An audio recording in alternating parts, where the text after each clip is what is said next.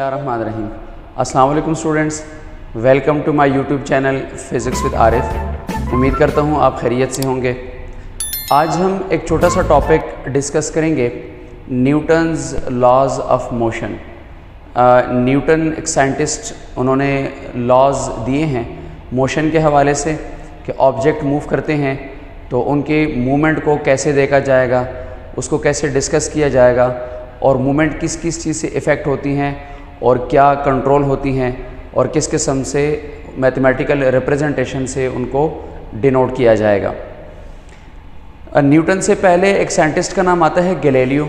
Galileo ने सबसे पहले कॉन्सेप्ट दिया था ऑब्जेक्ट की मूवमेंट के हवाले से, और अगर उससे भी हम कहीं पहले आ जाए तो अल्लाह तबारक व तआला ने इस ब्यूटीफुल यूनिवर्स के मूवमेंट के हवाले से, इसके स्टार्स की मूवमेंट्स के हवाले से, गैलेक्सीज़ की मूवमेंट्स के हवाले से और हमारे सोलर सिस्टम की मूवमेंट के हवाले से अल्लाह तबारक व तआला ने कुरान पाक के बेशुमार आयात से मूवमेंट को काफ़ी डिटेल के साथ डिस्कस किया है। सूरह यासीन में अल्लाह तबारक व तआला इरशाद फरमाते हैं, जिसका मफ़हूम है कि इस यूनिवर्स का हर एक ज़र्रा अपने दायरे में तैर रहा होता है, मीन्स के सर्कुलर मूवमेंट है और हर चीज़ की मूवमेंट अल्लाह तबारक व तआला ने सबसे पहले काफ़ी डिटेल से डिस्कस की है। आज के हमारे टॉपिक में हम कुछ साइंटिस्ट का जिक्र करेंगे। उसमें सबसे पहले हमारे पास आता है गैलीलियो। 1564 उसकी डेट ऑफ बर्थ है और 1642 उसकी डेट ऑफ डेथ है। गैलीलियो ने सबसे पहले हमारे पास आइडिया दिया था, आइडिया ऑफ मोशन। सबसे पहले गैलीलियो ने बताया था कि ऑब्जेक्ट मूव करते हैं, ऑब्जेक्ट की मूवमेंट के हवाले से उसने डिटेल शेयर की थी। न्यूटन आया, न्यूटन ने इस आइडिया को एक्सटेंड किया। न्यूटन ने मूवमेंट का ये आइडिया अपने बुक में पब्लिश किया और इस बुक का लैटिन वर्ड में उसका नाम है फिलॉसफिया नेचुरलिस प्रिंसिपिया मैथमेटिका। उसने कुछ प्रिंसिपल्स ऑफ मैथमेटिक्स लिखे थे और उसमें उसने कुछ मैथमेटिकल रिलेशन लिखी थी, जिस बुक में अपनी 3 लॉज ऑफ मोशन भी न्यूटन ने वहाँ डिस्कस किए थे काफ़ी डिटेल के साथ। न्यूटन लॉज ऑफ मोशन जो है ये एप्लीकेबल है लो स्पीड के लिए। ऑब्जेक्ट हमारे रेंज में हो, ऑब्जेक्ट की स्पीड ऑब्जर्वेबल हो और ऑब्जेक्ट की स्पीड बहुत ज़्यादा हाई स्पीड ना हो, और जो स्पीड होगी वो लो रेंज स्पीड होगी, उसके लिए ये लॉज एप्लीकेबल है। अगर हम हाई स्पीड की बात करते हैं तो high speed movement, for example maximum speed हमारे पास स्पीड ऑफ लाइट होती है जो यूनिवर्सल कांस्टेंट है, और आप जानते हैं स्टूडेंट्स कि उसकी स्पीड होती है स्पीड ऑफ लाइट 3×10⁸ मीटर्स पर सेकंड। तो ये स्पीड ऑफ लाइट है और ये बहुत अल्टीमेट हाई स्पीड है, और उसके लिए फिर न्यूटन लॉज हमारे पास एप्लीकेबल नहीं होंगे। न्यूटन लॉज हमारे पास एप्लीकेबल होते हैं लो स्पीड्स के लिए। और Newton laws establish the relationship between motion, mass and force. 3 चीज़ों का ये हमें रिलेशनशिप प्रोवाइड करता है। ऑब्जेक्ट की मोशंस और फोर्सेस कहाँ से लग रही हैं और फोर्सेस कितनी हैं, उसके साथ साथ ऑब्जेक्ट की स्पीड क्या है, इन सब को रिलेट करने के लिए हमारे पास न्यूटन लॉज ऑफ मोशन है। तो आइए देखते हैं कि Newton first law of motion क्या कहता है। Student, Newton first law of motion, इसकी स्टेटमेंट है, a body will continue its state of rest और uniform velocity until some unbalance and external force acts upon it. 3 बातें हैं इसके अंदर, state of rest, uniform velocity और student unbalance external force. कोई भी ऑब्जेक्ट है वो अपने रेस्ट पोजीशन को और अपने यूनिफॉर्म वेलोसिटी की पोजीशन को कंटिन्यू रखेगा अनटिल एंड अनलेस उसके ऊपर कोई एक्सटर्नल फोर्स एक्ट ना करे। फॉर एग्जांपल, आपने किसी टेबल के ऊपर बुक्स रख दिए हैं, अब ये बुक रेस्ट कंडीशन में है। These books will lying on the table until and unless some unbalanced external force is acted upon it, और वो बुक्स को वहाँ से रिमूव कर दें। ये इसी तरह कंटिन्यू रहेंगे। इसी तरीके से हमारे पास यूनिफॉर्म वेलोसिटी की मूवमेंट्स है। कोई ऑब्जेक्ट यूनिफॉर्म वेलोसिटी के साथ मूव कर रहा, अगर वो ऑब्जेक्ट यूनिफॉर्म वेलोसिटी के साथ मूव कर रहा तो उसकी यूनिफॉर्म वेलोसिटी की मूवमेंट को उस वक्त तक डिस्टर्ब नहीं किया जा सकता जब तक एक्सटर्नल फोर्स उसके ऊपर एक्ट ना करें। और अगर आप उस यूनिफॉर्म वेलोसिटी की मूवमेंट जो ऑब्जेक्ट की है आप उसको एक्सटर्नल फोर्स अप्लाई करेंगे तो उस एक्सटर्नल अनबैलेंस फोर्स की वजह से वो ऑब्जेक्ट या तो रेस्ट पे आ जाएगा या फिर ऑब्जेक्ट फर्दर एक्सेलरेट हो जाएगा। तो ये आपके पास है Newton first law of motion, और इसको हम कहते हैं Newton first law of motion और कॉल्ड लॉ ऑफ इनर्शिया। इसको हम लॉ ऑफ इनर्शिया भी कहते हैं। अब इनर्शिया क्या चीज़ है? Inertia is the property of a body due to which it opposes any change in its state. Inertia एक प्रॉपर्टी है, इंट्रिंसिक प्रॉपर्टी ऑफ मैटर है। ये मैटर की एक ऐसी प्रॉपर्टी है कि जिस प्रॉपर्टी की वजह से मैटर या कोई ऑब्जेक्ट अपने स्टेट ऑफ रेस्ट और यूनिफॉर्म मोशन को डिस्टर्ब होने नहीं देगा। फॉर एग्ज़ाम्पल, आपके पास एक बुक है और वो बुक आपके पास टेबल के ऊपर पड़ी हुई है। अभी जो बुक आपके पास टेबल के ऊपर पड़ी हुई है, ये बुक उस वक्त तक वहाँ रहेगी जब तक आप उसके ऊपर एक्सटर्नल फोर्स अप्लाई नहीं करते। तो ये जो बुक वहाँ मौजूद है, ये अपनी इनर्शिया की वजह से है।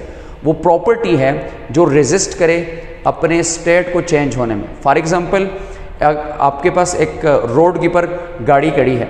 अब वो गाड़ी को आप फोर्स लगाते हैं तो वो इतना इजीली उसने मूव नहीं करना। उसकी जो स्टेट ऑफ रेस्ट है वो आप इतना इजीली चेंज नहीं कर सकते। ये गाड़ी की एक इनर्शिया है और लॉ ऑफ इनर्शिया आप इसको कहते हैं।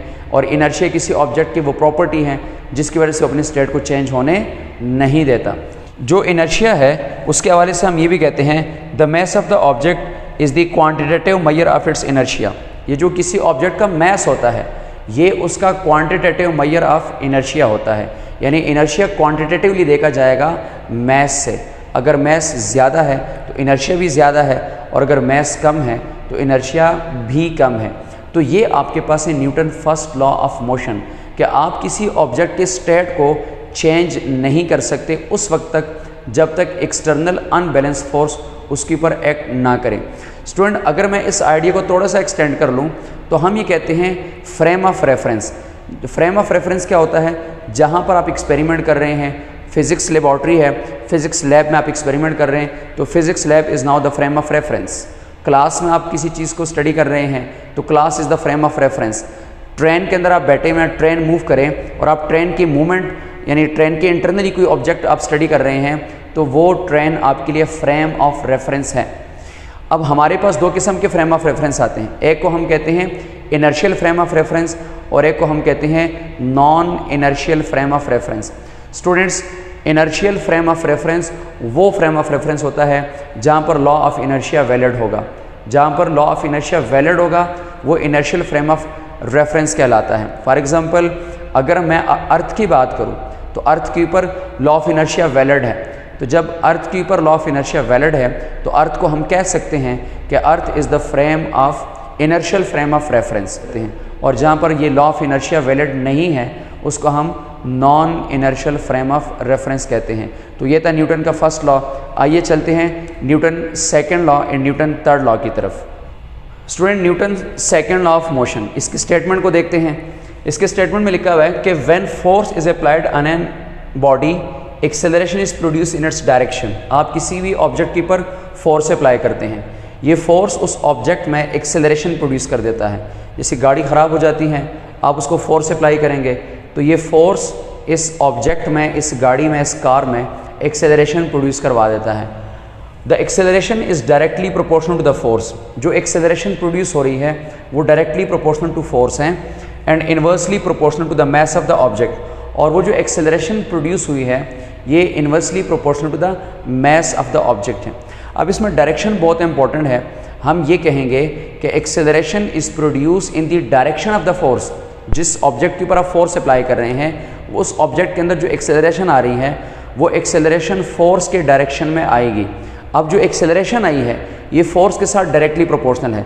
यानी आप अगर फोर्स ज़्यादा लगाएंगे तो एक्सेलरेशन ज़्यादा प्रोड्यूस होगा, डायरेक्टली प्रोपोर्शनल है, और मास के साथ इन्वर्सली प्रोपोर्शनल है।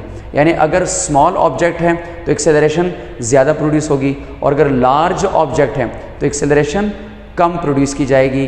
तो ये आपके पास इस तरह मैथमेटिकली देखा जाएगा। Acceleration is directly proportional to force and acceleration is inversely proportional to mass. अगर आप इन दोनों को कंबाइन करेंगे तो acceleration is directly proportional to force and inversely proportional to mass. और इसमें प्रोपोर्शनलिटी कांस्टेंट ख़त्म करते हुए आप इसको फाइनली लिखेंगे, मैस यहाँ पे डिवाइड हो रहा, यहाँ पर एक्सेलरेशन के साथ मल्टीप्लाई हो जाएगा, तो F is equal to ma। This is the mathematical format of the Newton's second law of motion. ये Newton second law of motion है। स्टूडेंट याद रखिएगा, Newton first law of motion is the definition of force. वो force की definition है कि किसी object के स्टेट को एक्सटर्नल फोर्स ने चेंज करना है। तो न्यूटन फर्स्ट लॉ जो मोशन है वो हमारे पास है डेफिनेशन ऑफ फोर्स, और Newton second law is the magnitude of the force. ये फोर्स की मैग्नीट्यूड है, और न्यूटन फर्स्ट लॉ फोर्स की डेफिनेशन है। Student, system international unit of force Newton से लिखा जाएगा। साइंटिस्ट उसके नाम से कैपिटल एन सिंबॉलिक रिप्रेजेंटेशन है न्यूटन, तो हम कैपिटल एन से रिप्रेजेंट करेंगे। 1 न्यूटन कितनी फोर्स है? If the body is of 1 kg and acceleration is produced by 1 metre per second square, तो the force will be 1 Newton. तो अगर 1 kg बॉडी के अंदर 1 metre per second acceleration produce की जाए तो कितनी फोर्स नहीं प्रोड्यूस की होगी, उसको हम कहते हैं 1 Newton force. Newton second law is the magnitude of the force. जैसे मैंने पहले बता दिया कि न्यूटन सेकेंड लॉ जो है ये फोर्स की मैग्नीट्यूड है कि कितनी फोर्स आप अप्लाई करेंगे जिससे एक्सेलरेशन आएगी, और उस एक्सेलरेशन को फिर फोर्स के साथ देखा जाएगा और मैस के साथ देखा जाएगा। तो स्टूडेंट, ये हमारे पास है Newton second law of motion. आप किसी ऑब्जेक्ट को फोर्स अप्लाई कर रहे हैं, अब उस ऑब्जेक्ट को जो आप फोर्स अप्लाई कर रहे हैं वो ऑब्जेक्ट अगर लार्ज ऑब्जेक्ट है तो फिर उसके अंदर एक्सेलरेशन स्मॉल प्रोड्यूस होंगी, लेकिन अगर वो ऑब्जेक्ट स्मॉल है तो फिर उसके अंदर एक्सेलरेशन लार्ज प्रोड्यूस की जाएगी। तो ये आपके पास फोर्स के मैग्नीट्यूड के हवाले से आपको बताता है Newton second law of motion. Student, चलते हैं Newton third law of motion की तरफ। बड़ा इंटरेस्टिंग और applicable to the whole universe Newton third law of motion. Statement देखते हैं, action and reaction are equal in magnitude but opposite in direction. आपके पास हमारे इस पूरे यूनिवर्स के अंदर एक्शन और रिएक्शन, किसी भी ऑब्जेक्ट के ऊपर एक्शन और उसका रिएक्शन, ये मैग्नीट्यूड में इक्वल होते हैं लेकिन डायरेक्शन में ऑपोजिट होते हैं। आप इसको ये भी कह सकते हैं कि every action has a reaction equal in magnitude but opposite in direction. ये आपके पास है Newton third law of motion. For example, हमारे पास एक ऑब्जेक्ट है ए और एक ऑब्जेक्ट है बी। अगर ऑब्जेक्ट ए ऑब्जेक्ट बी के ऊपर फोर्स एक्सर्ट करे तो ऑब्जेक्ट बी भी फोर्स एक्सर्ट करेगा ऑब्जेक्ट ए के ऊपर, equal in magnitude force exert करेगा और डायरेक्शन में ऑपोजिट फोर्स एक्सर्ट करेगा। तो इसको हम कहते हैं Newton third law of motion की स्टेटमेंट। मैथमेटिकली कैसे लिखा जाएगा, ये आपके पास है F of A B, force on first object due to second, A के ऊपर फोर्स बी की वजह से, ये इक्वल इन मैग्नीट्यूड है to the force of B due to A, तो उसको बी ए लिखा जाएगा। लेकिन स्टूडेंट याद रखिएगा, ये आप नेगेटिव साइन के साथ लिखेंगे। This negative sign will represent, will indicate that the force are in opposite direction, और वो जो ऑपोजिट डायरेक्शन वाली फोर्स है उसको हम रिएक्शन फोर्स कह सकते हैं। तो Newton third law of motion जो है वो हमारे पास फोर्स के रिलेशन बताएगा किसी और ऑब्जेक्ट के साथ कि उस ऑब्जेक्ट ने पहले वाले ऑब्जेक्ट के ऊपर फोर्स एक्सर्ट करनी है तो वो कैसे करेगा, equal in magnitude opposite in direction करेगा। Newton third law is applicable on two different bodies on two different masses. For example student, हमारे पास एक टेनिस बॉल है, उस टेनिस बॉल को मैं वॉल पे स्ट्राइक करता हूँ। अब टेनिस बॉल एक ऑब्जेक्ट है और वॉल दूसरा ऑब्जेक्ट है, तो अब ये दो डिफरेंट ऑब्जेक्ट का एक्शन एंड रिएक्शन देखा जाएगा। एक डायग्राम देखें ज़रा। इस डायग्राम में आप देख रहे हैं कि आपके पास एक टेबल है और टेबल के ऊपर आपके पास एक बुक है। अब ये बुक जो है ये डाउनवर्ड फोर्स एक्सर्ट कर रहा और टेबल जो है इस बुक के ऊपर अपवर्ड डायरेक्शन में फोर्स एक्सर्ट कर रहा। अब बुक और टेबल दो डिफरेंट ऑब्जेक्ट हैं और ये एक दूसरे के ऊपर फोर्स एक्सर्ट कर रहे हैं, तो ये फोर्स इक्वल इन मैग्नीट्यूड है। जितना बुक डाउनवर्ड फोर्स लगा रहा अपनी वेट की वजह से, उतना ही टेबल इसके ऊपर नॉर्मल अपवर्ड फोर्स एक्सर्ट कर रहा, बट ऑपोजिट इन डायरेक्शन, एक अपवर्ड और एक डाउनवर्ड। स्टूडेंट, इसी तरीके से आपके पास रॉकेट की मूवमेंट है।